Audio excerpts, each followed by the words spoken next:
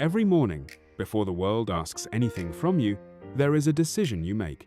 The alarm rings, you open your eyes, and your brain starts negotiating. Just 5 more minutes. You can exercise later. Start tomorrow. And somehow, tomorrow keeps winning. Most people think disciplined people are simply more motivated. They're not. Motivation is temporary. It appears when you're excited about a new goal. On Monday, you feel unstoppable. But then Wednesday arrives. You're tired. The excitement disappears, and suddenly, the person you promised you would become feels very far away. Discipline begins when motivation ends.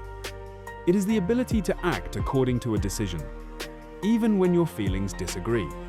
You don't need to feel like studying to study. You don't need to feel like exercising to exercise. And you don't need to feel inspired to begin. Discipline means the decision was made before the emotion arrived. Every time you face something difficult, there are usually two voices. One says, "Do it." The other says, "Not today." The second voice is rarely dramatic. It sounds reasonable. You're tired. You can start tomorrow. Just take a break. And because the excuse sounds logical, you believe it. But every time you obey that voice, you teach your brain something. You teach it that discomfort is a signal to stop. Discipline isn't built through one massive act of willpower. It's built through small promises you repeatedly keep. 5 minutes of exercise, 10 pages of reading, 1 hour without your phone, getting out of bed when you said you would. Each time you keep a promise to yourself, your brain receives evidence. I can trust myself, and that changes everything. And eventually, something interesting happens. The behavior becomes easier, not because the task changed, but because your brain became familiar with it. A habit begins with a cue. Then comes the behavior. Then comes the reward. Discipline slowly becomes automatic. Your environment is constantly making decisions for you. If your phone is beside your bed, you will probably reach for it. If junk food is sitting on your desk, you will probably eat it.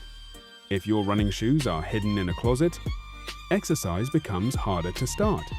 Sometimes, it's about making temptation weaker. You stop saying, "I am trying to become disciplined," and you start thinking, "This is who I am." That's the psychological shift. Your behavior begins to follow your identity. But discipline doesn't mean you never fail. You will miss a workout. You will waste an evening. You will lose focus. You will have days when you do absolutely nothing. That's normal. The difference is what happens next. I failed today. Tomorrow, I return. The goal isn't perfection. The goal is returning. Again, and again, and again. Nobody sees most acts of discipline.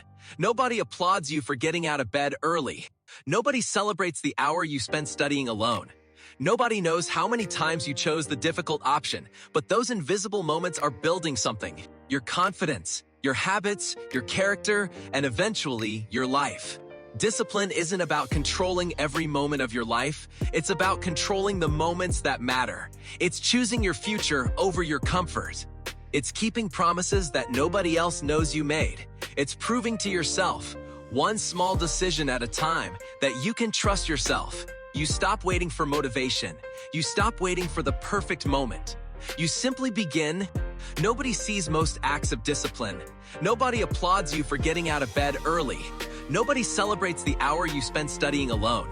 Nobody knows how many times you chose the difficult option, but those invisible moments are building something. Your confidence, your habits, your character, and eventually your life.